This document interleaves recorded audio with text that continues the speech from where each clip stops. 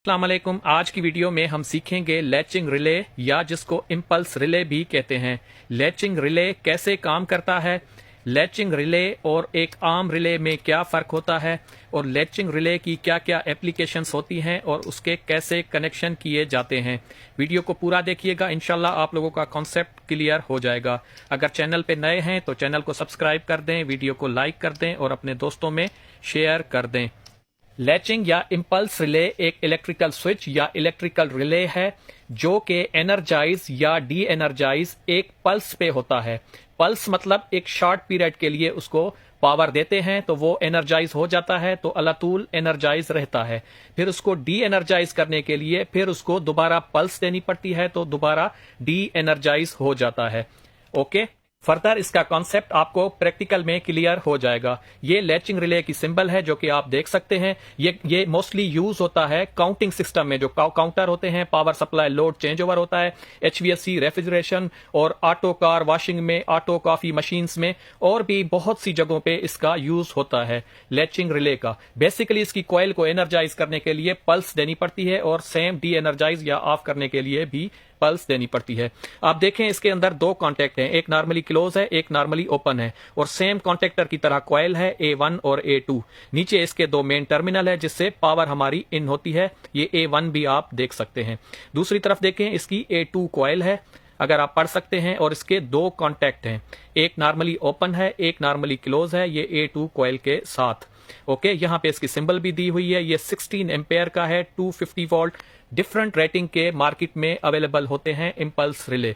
सामने आप देख सकते हैं इसका एक मैनुअल बटन है और साथ में एक ऑटो ऑन ऑफ का ब्लू वाला बटन भी अवेलेबल है। ओके, इनके भी फंक्शन में आप लोगों को प्रैक्टिकली चेक करवाऊंगा।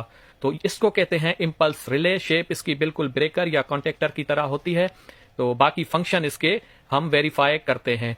ओके, नेक्स्ट हम इसके कनेक्शन स्टार्ट करते हैं। ये हमारे पास इम्पल्स रिले है। ओके हो गया। ये एक पुश बटन है, नॉर्मली ओपन और ब्रेकर, और एक हमारे पास बल्ब है। ओके हो गया। सबसे पहले हम इसके कनेक्शन करेंगे। मेन MCB से हम एक वायर लेंगे जो कि हमारी जाएगी पुश बटन में। ये नॉर्मली ओपन है जो कि स्टार्ट में होता है। नॉर्मली ओपन का आपको पता है, जब इसको पुश करते हैं तो इसका सप्लाई आगे जाती है। ओके, तो यहां पे हम लगाएंगे A1 की, जो इसकी कॉइल है इम्पल्स रिले की, उसमें कनेक्ट करेंगे पुश बटन के आउट वाली। ओके हो गया। ये देखें नॉर्मली ओपन है, जब पुश बटन को हम प्रेस करेंगे, दबाएंगे, तो हमारी रिले में सप्लाई जाएगी यहां पे।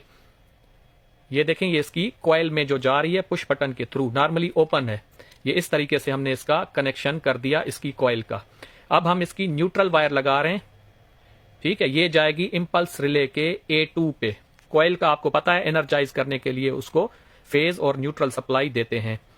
A1 हमने कनेक्ट कर दी इसकी कॉइल पुश बटन के थ्रू, नॉर्मली ओपन, और न्यूट्रल हमने डायरेक्ट लगा दी। यहां पे आप लोग देख सकते हैं। ओके हो गया। ये देख लें, सिंपल कनेक्शन है। अब हम देखें, मेन ब्रेकर से एक वायर ले रहे हैं जो इसके दो टर्मिनल हैं, मतलब जो पावर टर्मिनल हैं इम्पल्स रिले के, उन पे हम कनेक्ट करेंगे। ओके, जो लोड को हमारी सप्लाई जाएगी यहां से जाएगी। इसके दो पॉइंट होते हैं, आप अलग भी कनेक्ट कर सकते हैं। हम यहां पे इसके जंपर लगा देते हैं कि इसके दोनों टर्मिनल में जैसे सप्लाई आ जाए, हम आगे दोनों लोड कनेक्ट कर सकें, नॉर्मली ओपन पे भी, नॉर्मली क्लोज पे भी। ओके, ये इसके मेन लोड का इनपुट है। ठीक है, डायरेक्ट हमने MCB से ले लिया है। ये यहां से देखें, ये डायरेक्ट आ गया है। ओके, अभी हमने लोड इसका कनेक्ट करना है। लोड हम यूज करेंगे बल्ब को। सही है, ये देखें इसके सिंपल कनेक्शन है, बिल्कुल इजी है। सही है। अब आगे इसके देखें दो कॉन्टेक्ट होते हैं, एक नॉर्मली ओपन है, एक नॉर्मली क्लोज है। आपकी मर्जी है, जो भी आपकी एप्लीकेशन हो उसके मुताबिक आप लोड कनेक्ट कर सकते हैं। हम इस पे नॉर्मली ओपन पे कनेक्ट कर रहे हैं। ओके, ये यहां पे बल्ब की फेज की वायर कनेक्ट कर दी और न्यूट्रल हम A2 कॉइल्स पे ही लगा देंगे। यहां से न्यूट्रल देना है बल्ब को, तो A2 कॉइल सही लगा दिया। तो ये हमारे कनेक्शन कंप्लीट हो गए। बस ये आपने ध्यान रखना है, देखें इसकी जो कॉइल एनर्जाइज हो रही है, फेज जो जाएगा पुश बटन के थ्रू जाएगा। मेन सप्लाई हम MCB की कनेक्ट कर रहे हैं। ये देख लें, ये कंप्लीट हो गए हमारे कनेक्शन। अभी आप थोड़ा ध्यान से देखिएगा इम्पल्स रिले का क्या फंक्शन होता है।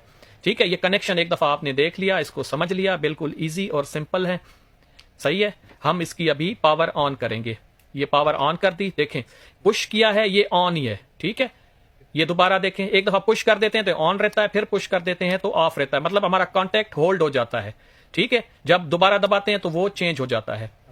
मतलब कॉइल को एक दफा जब पुश करते हैं एनर्जाइज हो जाती है और अलातूल एनर्जाइज रहती है। अब ये इसका मैनुअल पुश बटन है, देखें इससे भी हम मैनुअली इसको ऑफ ऑन कर सकते हैं। ओके, ये जो ब्लू वाला है ये ऑटो मैनुअल है, जब इसको मैनुअल पे करेंगे तो फिर ये पुश बटन से काम नहीं करेगा, ये देखें।